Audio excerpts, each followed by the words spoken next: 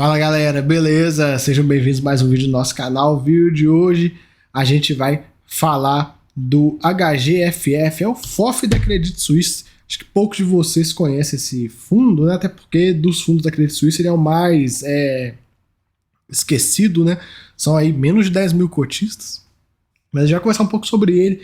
Nesse fundo, pessoal, você tem uma oportunidade bem interessante de comprar HGLG, HGRU, os dois principalmente, num valor abaixo do que você compraria no mercado. Então, bem interessante isso, bem interessante de comentar. O fundo hoje vem sendo negociado próximo de R$82, patrimonial 92, tem uma chance de potencial de valorização de upside de mais ou menos 18%, a gente vai ver isso também.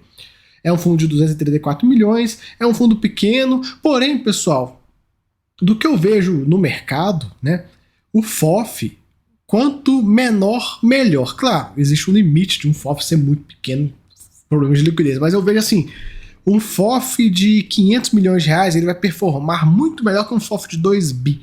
Ele consegue se movimentar. Acaba que o FOF, quando ele vai ficando muito grande, as posições vão ficando muito grandes, o mercado de fundos imobiliários não tem liquidez suficiente para absorver as movimentações dele. Então eu vejo aí que os pequenos FOFs são os que entregam melhores resultados. Enfim, vamos acompanhando aí a evolução desse carinha. Pagou 65 centavinhos, a carteira dele é praticamente toda focada em renda, não tem muito foco em ganho de capital, então acaba que esse 0,65 aqui acaba que sendo perpétuo, né? Vamos lá. Ele comenta um pouco a respeito da redução dos juros reais, né, dos títulos públicos, questão a deflação também dos meses de julho, agosto e setembro, né? Aqui na época do relatório não tinha o dado de setembro, mas a gente já sabe que teve. Tivemos uma performance bem interessante no IFIX, os fundos, principalmente na parte de tijolo, os fundos de tijolo subiram muito, né? Tijolo e FOF subiu bastante, enquanto o CRI caiu. Aconteceu que o dinheiro saiu de um lado, foi para o outro. Eu imagino que pode ser que tenha um momento onde o dinheiro vai sair daqui e voltar para lá. Não sei, né? Vamos ver. A gente vê aí que tijolo e FOF subiu bastante. Falando um pouco do fundo, né, a gestão veio fazendo algumas movimentações. A primeira, aumento de exposição em fundos de fundos para fazer ganho de capital, compras de fundos de CRI aproveitando a queda, venda de posições que estejam negociando em patamares pouco atrativos, e eles ainda compraram 3 CRIs aí para fazer um caixa melhor remunerado, CRIs de extrema liquidez. Tem esse tipo de estratégia, né, pessoal? Você pode comprar um CRI que seja muito líquido, que ele funciona como caixa. Eles estão aí estudando posições em lajes e fundos de CRI para os próximos meses. O fundo gerou um resultado de 64 centavinhos, pagou 65, usou 1 centavinho da reserva somente.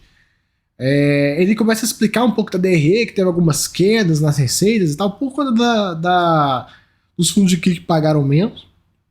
Pagaram um resultado um pouquinho pior, né? Enfim, nada que você tem que se preocupar.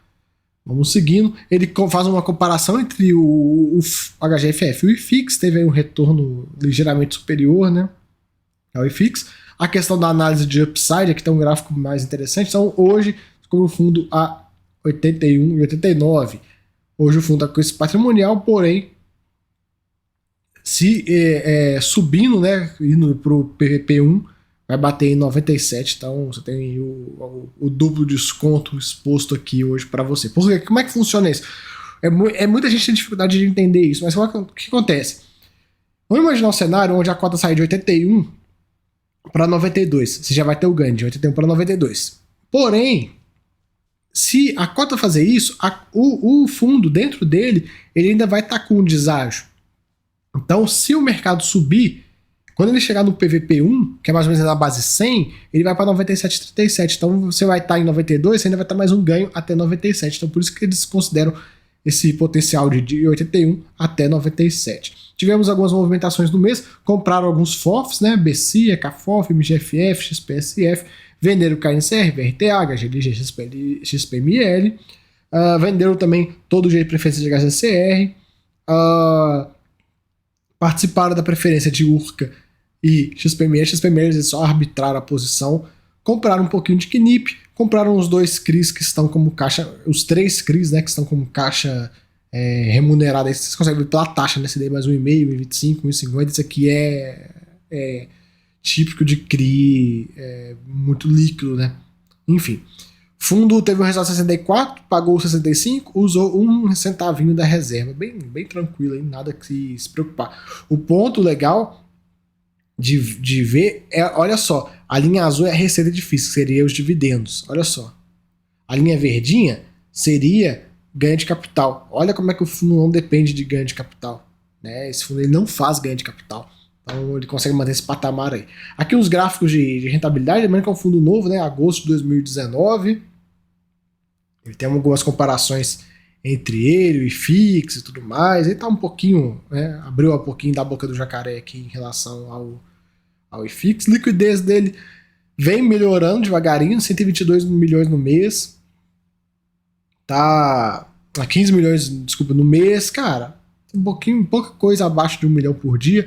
O número de cotistas veio caindo, né? Veio caindo. Agora parece que começou a querer recuperar. Vamos ver se vai recuperar. Aqui um pouco da carteira dele, como ela está distribuída. A gente consegue ver aqui, ó, HGLG, BRCO, HGCR, enfim, tem vários fundos aqui bem interessantes que se você comprando, você compra eles com desconto, né? Aqui em composição do patrimônio líquido, 9 milhões somente em CRI, 15 milhões em renda fixa, então ele está aí com uma liquidez de mais ou menos 10% da carteira, esperando para fazer boas compras. Diversificação por gestor, claro que vai ter mais fundo da Credit Suisse, Kinea, enfim, são boas posições, né?